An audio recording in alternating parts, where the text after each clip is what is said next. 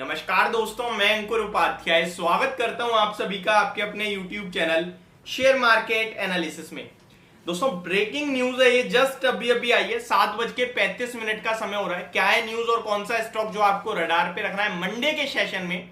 इस स्टॉक में आपको गिरावट होते हुए दिख सकती है या नहीं दिखेगी, वो मैं भी आपके साथ डिटेल शेयर करूंगा, तो बताता हूं। स्टार्ट करते हैं। सबसे पहले स्टॉक का नाम है जील, यानी कि जी एंटरटेनमेंट। अब स्टॉक में क्या खबर है इसको समझिए।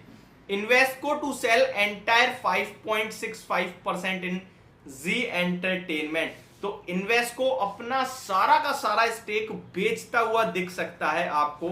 आगे पढ़ेंगे डिटेल में कि क्या मंडे को होने वाली है ये डील, या फिर कोई अभी स्पेसिफिक टाइम नहीं दिया है, किस भाव पे होगी, कुछ भाव दिया है या कुछ नहीं दिया है, उसके हिसाब से आपके साथ शेयर करूंगा कि गिरावट होगी या नहीं होगी।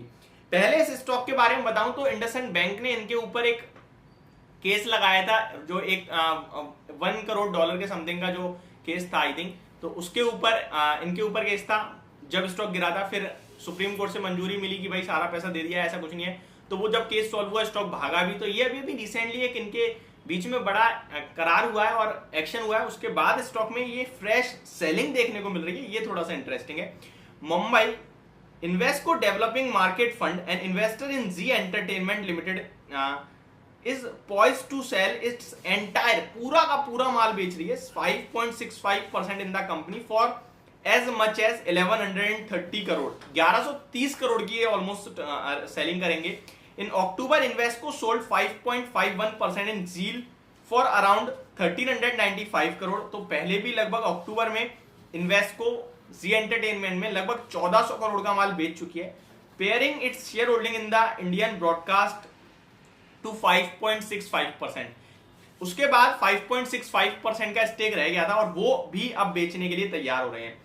Two people with direct knowledge of the matter confirm that Invesco is set to exit the company on Monday, 17th April via block deals, has hired Kotak Security as the broker of secondary share sale। तो दोस्तों, ये Monday को ही होने वाली है deal. अब price के बारे में देखते हैं कि कोई प्राइस दिया है या नहीं दिया है, इसके बारे में समझते हैं। और कोटक सिक्योरिटीज जो है वो ब्रोकर होगा। काफी लोगों को ये वर्ड समझ में नहीं आता होगा, मैं इसके बारे में भी आपके साथ शेयर करूंगा। पहले आगे बढ़ते हैं। The shares are expected to be sold in the price range of 199.80 to 208 पर इक्विटी शेयर। तो 200 से 208 रुपए के बीच में सेलिंग हो सकती है। करंट मार्केट प्राइस देखें, the top end is at 0.4% discount and the closing price of 208। तो 209 रुपए के भाव पर स्टॉक बंद होता हुआ दिखा है। 200 रुपए बेस प्राइस रखा है सेलिंग का और टॉप प्राइस 208 है। तो आपको 2-4% की हो सकता है आपको इसमें डाउनसाइड देखने को मिले मंडे के सेशन में। OFI global China fund and LLC and other funds managed by Invesco developing markets equity investment team will sell the shares.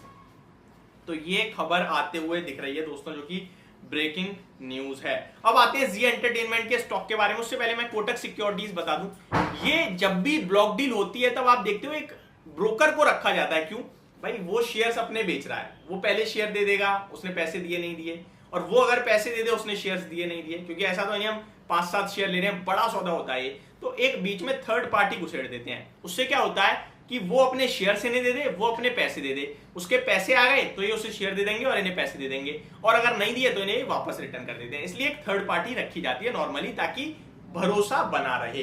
तो ये होता है मैटर। अब आते हैं जी एंटरटेनमेंट के स्टॉक के ऊपर और भाव चेक कर लेते हैं कि क्या है क्या नहीं है और क्या हो सकता है, चार्ट्स कैसे दिखते हैं। ये तो हमें पता चल चुका है, ऑलमोस्ट 1100 प्लस करोड़ की सेलिंग देखने को मिल सकती है आपको मंडे के सेशन में, जिसकी भाव जो है 199 रुपीज के समथिंग तय करा गया है बेस प्राइस।